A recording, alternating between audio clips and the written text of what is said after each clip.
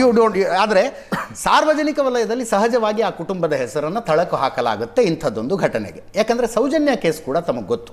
ಸೌಜನ್ಯ ಪ್ರಕರಣವನ್ನು ಪೂರ್ತಿಯಾಗಿ ತಾವು ನೋಡಿದ್ದೀರಾ? ಅರೆ ಕಂಪ್ಲೀಟಾಗಿ you have seen it? I have seen it. So Soujanya ಪ್ರಕರಣದ ಬಗ್ಗೆ ಏನು ತಮ್ಮದು ಏನು conclusion? What is your conclusion? ಸದ್ಯದ ಪರಿಸ್ಥಿತಿಯಲ್ಲಿ ಡೆಡ್ ಎಂಡ್ ರೀಚ್ ಆಗಿದೆ ಅಂತ ಅಲ್ಲ ಡೆಡ್ ಎಂಡ್ ಅಲ್ಲ ಡೆಡ್ ಎಂಡ್ ರೀಚ್ ಆಗಿದೆ ಅಂತ ಹೇಳಬೇಕಾಗುತ್ತೆ. ಯಾಕೆ ಅಂದ್ರೆ ಅದರಲ್ಲಿ ತನಿಖೆ ಮುಗಿದೋಗಿದೆ, ತೀರ್ಪು ಬಂದಿದೆ, ಖುಲಾಸೆ ಆಗಿದೆ. ಧನಂಜಯ ಸರ್, ಅಂದ್ರೆ ಆ ವಿಷಯದಲ್ಲಿ ಧರ್ಮಸ್ಥಳದ ಮೇಲೆ ಮತ್ತು ಆ ಕುಟುಂಬದ ಮೇಲೆ ನೇರವಾಗಿ ಈ ಪ್ರಕರಣ ಬಂದು ನಮಗೆ ಗೊತ್ತಿರೋ ಮಾಹಿತಿ ಪ್ರಕಾರ ಸೌಜನ್ಯ ಪ್ರಕರಣಕ್ಕೆ ಸೇರ್ಕೊಳ್ಳೋದಿಲ್ಲ. ಈ ಪ್ರಕರಣ ಸೇರ್ಕೊಳ್ಳೋದಿಲ್ಲ. ನಾನು ಹೇಳಿದ್ದು ಅಂದ್ರೆ ಸ್ವರೂಪ, ನಾ ಹೇಳೋದು ಅಂದ್ರೆ not by the rule book. ಸ್ವರೂಪ ಅಂದ್ರೆ ಆರೋಪಗಳ ಅಂದ್ರೆ ಎರಡು ಪ್ರಕರಣಗಳ ಬೊಟ್ಟು ಯಾವ ಕಡೆ ಇದೆ, ಬೆರಳು ಯಾವ ಕಡೆ ಇದೆ ಅಂದ್ರೆ ಯಾವ ಒಂದೇ ದಿಕ್ಕಿಗಿರೋದ್ರಿಂದ ನಾವು ಪ್ರಕರಣದಲ್ಲಿ ಎಷ್ಟು ತಿಳ್ಕೊಳ್ಬೇಕು ಅಷ್ಟೇ ತಿಳ್ಕೊಂಡ್ರೆ ಉತ್ತಮ ಅಂತ ನಾವು ಅಂದ್ಕೊಂಡ್ರು ಅಂತದ್ದು. ಅದಕ್ಕೋಸ್ಕರ ನೀವು ವಿಡಿಯೋ ಏನು ತೋರಿಸ್ತಿದ್ದೀರಿ, ಆ ವಿಡಿಯೋ ಬಗ್ಗೆ I have no comment at all. Okay, ಯಾಕೆಂದ್ರೆ ಆ video is not part of the ರೆಕಾರ್ಡ್ನ ಭಾಗವೇ ಅಲ್ಲ. ಸೊ ಇಂಥ ಪ್ರಕರಣದಲ್ಲಿ ಎಷ್ಟು ತಿಳ್ಕೊಳ್ಬೇಕಾಗತ್ತೆ ಅಷ್ಟನ್ನಷ್ಟೇ ನಾವು ತಿಳ್ಕೊಳ್ತಾ ಇರೋದು ಒಂದು. ಎರಡನೇದು, ನಾನು ನಿಮಗೆ ಎಕ್ಸಾಂಪಲ್ ಕೊಟ್ಟೆ. ಸೊ ನಿಮ್ಮ ಮುಂದೆ ಅವನು ಬಂದಿದ್ದಾನೆ, ವಾಚ್ ಇದೆ ಅಂತ ಹೇಳಿದಾನೆ, ನೀವೇನ್ ಮಾಡ್ತೀರಿ? 15 ದಿನ ಸರ್ ನಾನು ಕಂಪ್ಲೀಟ್ ಆಗಿ ಒಪ್ಕೊಳ್ತೀನಿ. ಕೆ ವಿ ಧನಂಜಯ ಸರ್, ನಿಮ್ಮ ಆರ್ಗ್ಯುಮೆಂಟ್ ಅನ್ನು ಕಂಪ್ಲೀಟ್ ಆಗಿ ಒಪ್ಕೊಳ್ತೀನಿ. ರೂಲ್ ಬುಕ್ ಪ್ರಕಾರ ಜನರಿಗೆ ಅದು ಗೊತ್ತಾಗೋಗ್ಲಿ. ಏನಂದ್ರೆ ನೀವು ಆತನ ಜೇಬ್ಗೆ ಕೈ ಹಾಕೋದೇ ಇಲ್ಲ, ಆತನಿಗೆ ತೆಗೀಲಿಕ್ಕೂ ಹೇಳೋದಿಲ್ಲ. ಮ್ಯಾಜಿಸ್ಟ್ರೇಟ್ ಅವ್ರ ಹತ್ರ ಬ್ರೈನ್ ಮ್ಯಾಪಿಂಗ್, ಆತನ ಜೇಬ್ನಲ್ಲಿ ನಿಮ್ಮ ಎದುರಿಗೆ ನಿಂತಿದ್ದಾನೆ, ಜೇಬ್ನಲ್ಲಿ ಚಿನ್ನದ ಸರ ಕದ್ದಿದ್ದೀನಿ ಅಂತ ಹೇಳ್ತಿದ್ದಾನೆ. ಮ್ಯಾಜಿಸ್ಟ್ರೇಟ್ ಹತ್ರ ಹೋಗಿ ಬ್ರೈನ್ ಮ್ಯಾಪಿಂಗ್ ಮಾಡಿಸ್ತೀನಿ, ಅಲ್ಲಿ ಹೋಗಿ ಆ ರಿಪೋರ್ಟ್ ತಗೊಳ್ತೀನಿ, ಇಲ್ಲೋಗಿ ಈ ರಿಪೋರ್ಟ್ ತಗೊಳ್ತೀನಿ ಅಂತ ಹೇಳೋದ್ರಲ್ಲಿ ಅರ್ಥ ಇದೆಯಾ? ಯಾವ ಕಾನೂನು ಓದ್ಕೊಳ್ತಿದ್ದಾರೆ ಅವರು? ನನಗೆ ಅರ್ಥವೇ ಆಗ್ತಿಲ್ಲ. ಸರ್, ನೀವು ವಕೀಲರಾಗಿ ನೀವು ವಕೀಲರಾಗಿ ನೀವು ಮಾತಾಡ್ತಿರೋದು absolutely correct sir. Rule book ಪ್ರಕಾರ ಹಂಗೆ ನಡ್ಕೊಳ್ಬೇಕು, ಹಂಗೆ ನಡ್ಕೊಳ್ತಾ ಇಲ್ಲ ಪೊಲೀಸರು ಅಂತ ಹೇಳ್ತಾ ಇದ್ದೀರಿ. ಆದರೆ ಸಾರ್ವಜನಿಕ ವಲಯದಲ್ಲಿ ಬದುಕ್ತಾ ಇರೋ ಒಬ್ಬ ವ್ಯಕ್ತಿಯಾಗಿ ನಾನು ನಿಮ್ಮನ್ನು ಪ್ರಶ್ನೆ ಕೇಳ್ತಾ ಇದ್ದೀನಿ. ಇಡೀ ಪ್ರಕರಣವನ್ನು ವೀರೇಂದ್ರ ಹೆಗ್ಗಡೆ ಅವರು, ಅವರ ಸಹೋದರರು, ಆ ಕುಟುಂಬದ ಜೊತೆಗೆ ಕನೆಕ್ಟ್ ಮಾಡಲಾಗತ್ತೆ.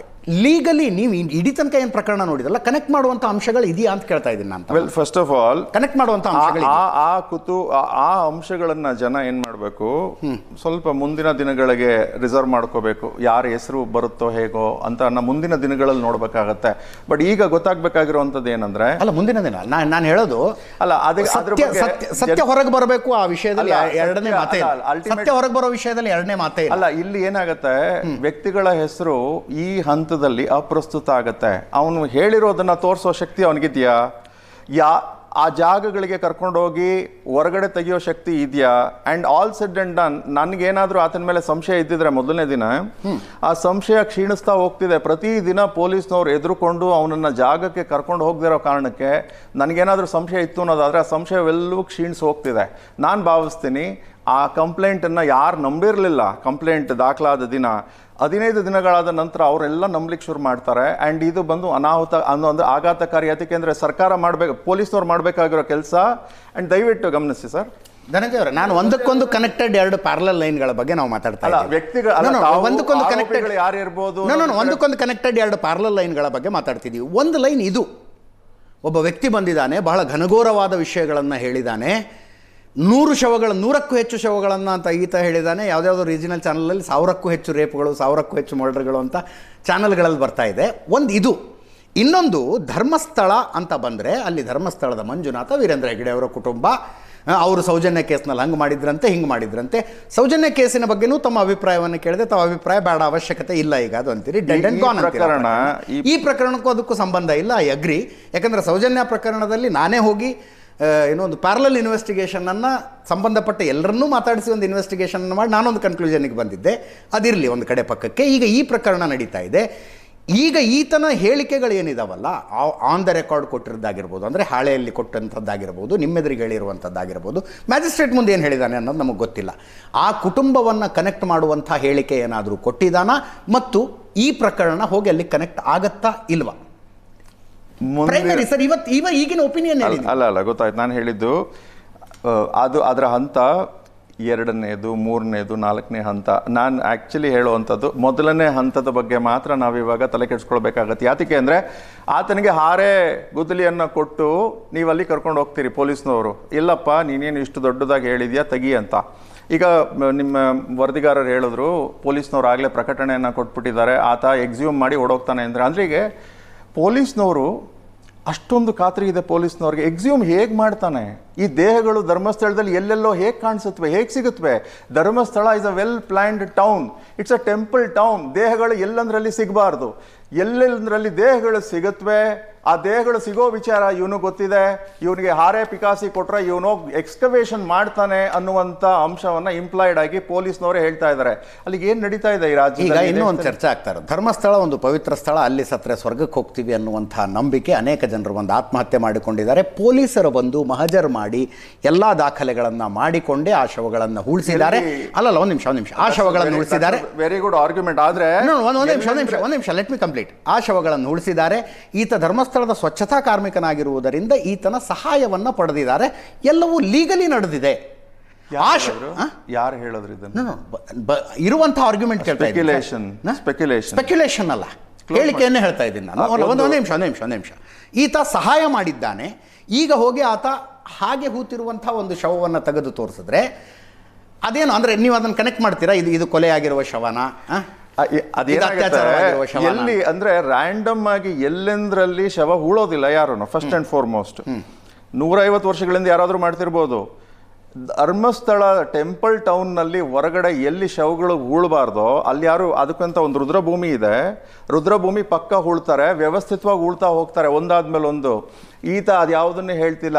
ಈತ ಹೇಳ್ತಿರೋ ಅಂಥದ್ದು ಖಾಲಿ ಜಾಗ, ಎಲ್ಲಿ ಜನರು ಓಡಾಡೋದಿಲ್ಲ, ಎಲ್ಲಿ ರ್ಯಾಂಡಮ್ ಜಾಗಗಳಲ್ಲಿ ಹೋಗಿ ಯಾರಿಗೂ ಕಾಣಿಸ್ತಾ ಇರೋ ಹಾಗೆ ಹೂತ್ ಹಾಕಬೇಕಾದಂಥ ಅನಿವಾರ್ಯತೆ ನನಗೆ ಬಂತು ಅಂತ ಅವ್ನು ಹೇಳಿರೋವಂಥದ್ದು. ಹೂತ್ ಹಾಕಿದ ವಿಚಾರ ಯಾರಿಗಾದ್ರು ಗೊತ್ತಾದರೆ ಅವ್ನ ಪ್ರಾಣ ಹೋಗುತ್ತೆ ಅಂತ, ಯಾರಿಗೂ ಗೊತ್ತಾಗದೇ ಇರೋ ಕಡೆ, ಯಾರು ನಿರೀಕ್ಷೆ ಮಾಡದಿರೋ ಕಡೆ ಹೂತ್ ಹಾಕಿದ್ದಾನೆ ಅಂತ ಪೊಲೀಸ್ನವರು ಹೇಳ್ತಾ ಇದ್ದಾರೆ. ತೆಗಿಯೋ ಶಕ್ತಿ ಇವನಿಗಿದೆ ಅಂತ ಹೇಳ್ತಿದ್ದಾರೆ. ಅಂದ್ರೆ ಅದನ್ನ ಅವ್ರು ಹೇಳಿಲ್ಲ ಬಾಯಿ ಬಿಟ್ಟು, ಇಂಪ್ಲೈಡ್ ಆಗಿ ಹೇಳ್ತಾರೆ. ಅಂದ್ರೆ ಅರ್ಥ ಏನು? ಅಂಡ್ ನಾನು ಹೇಳ್ತೀನಿ ಸ್ಟ್ಯಾಟಿಸ್ಟಿಕಲಿ ಸರ್, ದಯವಿಟ್ಟು ಗಮನಿಸಿ. ಒಬ್ಬ ವ್ಯಕ್ತಿಯ ಕಳೆಬರ 2 ಅಡಿ ಅಗಲ ಇರುತ್ತಲ್ವಾ, ಆನೆ ಇಷ್ಟು ದೊಡ್ಡದಾಗಿರೋದಿಲ್ಲ. ಆತ ಇಲ್ಲಿ ಊತ ಹಾಕಿದ್ದಾನೆ ಅಂತ ಇಟ್ಕೊಳ್ಳೋಣ. 11 ವರ್ಷಗಳ ಹಿಂದೆ ಆದಂತ ಇದಕ್ಕೆ ಅಂತ ಅಸ್ಯೂಮ್ ಮಾಡ್ಕೊಳ್ಳೋಣ. ಅವ್ನು ಹಾರೆ ಪಿಕಾಸಿ ಹಾಕಿದ್ರೆ ಇಲ್ಲೇ ಹಾಕ್ಬೇಕು, 2 ಅಡಿ ದೂರದಲ್ಲಿ ಹಾಕಿದ್ರೆ ಫೇಲ್ ಆಗ್ತಾನೆ. 4 ಪ್ರಯತ್ನ ಆದ್ಮೇಲೆ ಇವನು ಸುಳ್ಳು ದೂರು ಕೊಟ್ಟಿದ್ದಾನೆ ಅಂತ ಹೇಳಿ ಆತನ ಮೇಲೆ ಸುಳ್ಳು ದೂರು ಕೊಟ್ಟ ಪ್ರಕರಣ ದಾಖಲಿಸಬಹುದು. ಯಾಕೆ ಪೊಲೀಸ್ನವ್ರು ಏನನ್ನು ಮಾಡ್ತಿಲ್ಲ? ನಾರ್ಕೋ ಅನಾಲಿಸಿಸ್ ನಿಮ್ಮ ಎದುರುಗಡೆ ನಿಂತಿರೋ ಜೇಬಲ್ಲಿ ಏನಿದೆ ಅಂತ ಕೇಳೋದಕ್ಕೆ ಅವನ್ನ ತಗೊಂಡೋಗಿ ನಾರ್ಕೋ ಅನಾಲಿಸಿಸ್ ಕೊಡೋದಾ? ನಾನು ಹೇಳುವಂಥದ್ದು ಮ್ಯಾಜಿಸ್ಟ್ರೇಟ್ ಯಾವ್ದಕ್ಕೆ ಹೋಗ್ತಾರೆ ನಾರ್ಕೋ ಅನಾಲಿಸಿಸ್? ಸೌಜನ್ಯ ಪ್ರಕರಣದಲ್ಲಿ ಹೋರಾಟಗಾರರು 3 ಜನರ ಮೇಲೆ ಆರೋಪ ಮಾಡಿದ್ರು ಸರ್.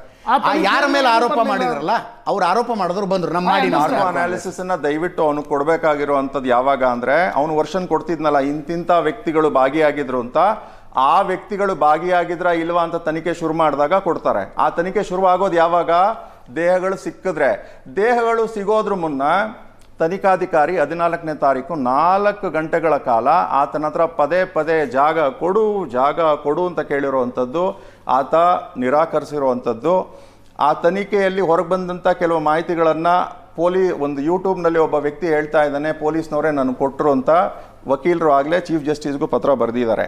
ಸೊ ಜಾಗವನ್ನು ಕೊಡು ಅಂತ ಹೇಳ್ತಿರುವಂಥ ತನಿಖಾಧಿಕಾರಿ. ಟೈಮ್ ಮುಗಿತದೆ. ಎಸ್ ಪ್ರಶಾಂತ್, ಒಂದು ವೇಳೆ ನೀವು ಹೇಳಿದೆ ನಾರ್ಕೋ ಅನಾಲಿಸಿಸ್ ಯಾಕಂತ ಹೇಳಿದೆ ಅಂತಂದರೆ, ಅಟ್ಲೀಸ್ಟ್ ಅವ್ನ ಕ್ರೆಡೆನ್ಷಿಯಲ್ಸು ಪ್ರೂವ್ ಆಗಲಿ, ನಂತರ ನೀವು ಎಕ್ಸಿಮೇಷನ್ ಮಾಡಿ 1 2 ಶವ ದೊರಕ್ತಂದ್ರೆ ಇವತ್ತಿನ ಸಂದರ್ಭದಲ್ಲಿ ನೀವು ಅದರ ತನಿಖೆ ಮುಗಿಯೋಷ್ಟೊತ್ತಿಗೆ the credibility will be gone. ನಿಮ್ಮ ಜೇಬ್ನಲ್ಲಿ ಚಿನ್ನದ ಅವ್ರ ಕ್ರೆಡಿಬಿಲಿಟಿ ಚಿನ್ನದ ಸರದ ಹೋಲಿಕೆ ಇದೆಯಲ್ಲ, ಈ ಹೋಲಿಕೆ ಈ ಸಂದರ್ಭಕ್ಕೆ ಸೂಕ್ತ ಯಾಕಾಗೋದಿಲ್ಲ ಅಂದ್ರೆ, ಇಲ್ಲಿ ಒಂದು ಧಾರ್ಮಿಕ ಕೇಂದ್ರದ ಶ್ರದ್ಧೆನೂ ಇದೆ.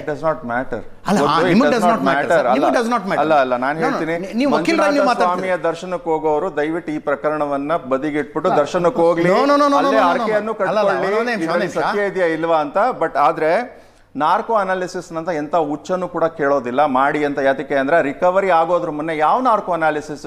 ರಿಕವರಿ ಆದ್ಮೇಲೆ ಅವನದೊಂದು ವರ್ಷನ್ ಇದೆ, ಇಂತಿಂತ ವ್ಯಕ್ತಿಗಳು ಕೊಲೆಯನ್ನ ಮಾಡಿದ್ರು ಅಂತ.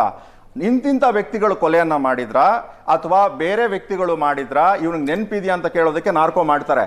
ಯಾವ ರಿಕವರಿನೂ ಮಾಡದೆ ಯಾವ ತರನಾದ ನಾರ್ಕೋ ಅನಾಲಿಸಿಸ್ ಮಾಡ್ತಾರೆ? ಒಂದು. ಎರಡನೇದು, ತನಿಖಾಧಿಕಾರಿಯ ತನಿಖೆ ಬಗ್ಗೆ ಅಲ್ಟಿಮೇಟ್ಲಿ ಪ್ರಶ್ನೆ ಉದ್ಭವ ಆಗಿರೋದ್ರಿಂದ ನಾರ್ಕೋ ಅನಾಲಿಸಿಸ್ ಮಾಡಿಬಿಟ್ಟು ಆತನಿಗೆ ಹಾಸ್ಟೈಲ್ ಆಗಿ ನೀನೇನಾದರೂ ನೆನೆಸ್ಕೊಂಡ್ರೆ ನೀನು ಸತ್ತೋಗ್ತೀಯ ಅಂತ ಹೇಳಿದ್ರೆ ನೆನ್ಪು ಬರುತ್ತಾ ಆತನಿಗೆ? ನಾರ್ಕೋ ಅನಾಲಿಸಿಸ್ ನೀವು ಪಾಲಿಗ್ರಾಫ್ ಮಾಡಿಬಿಟ್ಟು ಆತನ ಹೈಪ್ನೋಟೈಸ್ ಮಾಡಿಬಿಟ್ಟು ಎಲ್ಲೆಲ್ಲಿ ಊತ ಹಾಕಿದ್ಯಾ ಅದನ್ನೇನಾದ್ರೂ ನೀನು ನೆನ್ಸ್ಕೊಂಡ್ರೆ ನೀನು ಸತ್ತೋಗ್ತೀಯಾ ಅಂತ ಹೇಳಿದ್ರೆ you will forget everything. Dhananjaya ಅವರೇ, ನಾನು ಹೇಳೋದು ಅಂದರೆ ನೀವು ಚಿನ್ನದ ಚೈನು ಅಂತಿದ್ದೀರಲ್ಲ, ಚಿನ್ನದ ಚೈನಿನಲ್ಲಿ ಒಂದು ಧಾರ್ಮಿಕ ಸ್ಥಳದ ಶ್ರದ್ಧೆಯ ವಿಷಯ ಬರೋದು ಅಲ್ಲ, ಇದು ಒಂದು ನಿಮಿಷ. ಚಿನ್ನದ ಚೈನು ನನ್ನ ಜೇಬ್ನಲ್ಲಿ, ಒಂದು ನಿಮಿಷ ಸರ್, ಒಂದೇ ನಿಮಿಷ. ಚಿನ್ನದ ಚೈನು ನನ್ನ ಜೇಬ್ನಲ್ಲಿದೆ ಅಂತ ಹೇಳಿದಾಗ ಯಾವುದೋ ಕುಟುಂಬದ ಜೊತೆಗೆ ಅದು ಕನೆಕ್ಟ್ ಆಗೋದಿಲ್ಲ. ಆದ್ದರಿಂದ ಒಂದಕ್ಕೊಂದು ಧಾರ್ಮಿಕ ಸ್ಥಳ ಅಂತ ತಾವು ಹೇಳ್ತಿದ್ದೀರಿ. ಬಟ್ ಆದ್ರೆ 83ರಲ್ಲಿ ವಿಧಾನಸಭೆಯಲ್ಲಿ ಏನ್ ಚರ್ಚೆ ನಡೆದಿದೆ? ಏನು ವಿಧಾನಸಭೆಯಲ್ಲಿ ಏನ್ ಚರ್ಚೆ ನಡೆದಿದೆ ಅಂದ್ರೆ 4 ಜನ ಒಂದು ಲಾಡ್ಜ್ ನಲ್ಲಿ ಹೋಗಿ ತಂಗ್ತಾರೆ, 2 ನೇತ್ರಾವತಿ ನದಿಯಲ್ಲಿ ಸಿಕ್ಕಿ ಹಾಕೊಂಡು ಸಾಯ್ತಾರೆ, 2 ವಿಟ್ನೆಸ್ ಇದ್ರು, ಅವರು ಸತ್ತೋಗ್ತಾರೆ. ಆ 2 ಸತ್ತಂತವರ ಪೇರೆಂಟ್ಸ್ ಏನ್ ಮಾಡ್ತಾರೆ, ತಂದೆ ತಾಯಿ ಅಲ್ಲಿ ಸ್ಟೇಷನ್ಗೆ ಹೋದ್ರೆ ಅವರನ್ನ ಜನಿವಾರ ಬಿಚ್ಚಿಸಿ ರಾತ್ರಿ ಎಲ್ಲ ಇಟ್ಟು ವಿಧಾನಸಭೆಯಲ್ಲಿ 1983ರಲ್ಲಿ ದೊಡ್ಡ ಮಟ್ಟದ ವಿಸ್ತೃತ ಚರ್ಚೆ ಆಗಿದೆ. ಒಂದು ಎರಡನೇದೇನಂದ್ರೆ ಅಲ್ಲಿ ಮಿಸ್ಸಿಂಗ್ ಆದಂತ ವ್ಯಕ್ತಿಗಳ ಯಾತಕ್ಕೆ ಅಂದ್ರೆ ಆ ವ್ಯಕ್ತಿ ಬಂದ ಕೂಡಲೇ ಮಾರನೇ ದಿನ ಯಾತಕ್ಕೆ ಕಂಪ್ಲೇಂಟ್ ಫೈಲ್ ಮಾಡಲಿಲ್ಲ ಅಂದ್ರೆ ಕೆಲವೊಂದನ್ನ ನಾವು ಸ್ಟಡಿ ಮಾಡಬೇಕಿತ್ತು. ಧರ್ಮಸ್ಥಳದಲ್ಲಿ ಹೊಸ ವಿಷಯ ಎತ್ತಿದ್ದಾರೆ. I think we should continue. Prashant, ಚರ್ಚೆಯನ್ನು ಕಂಟಿನ್ಯೂ ಮಾಡೋಣ.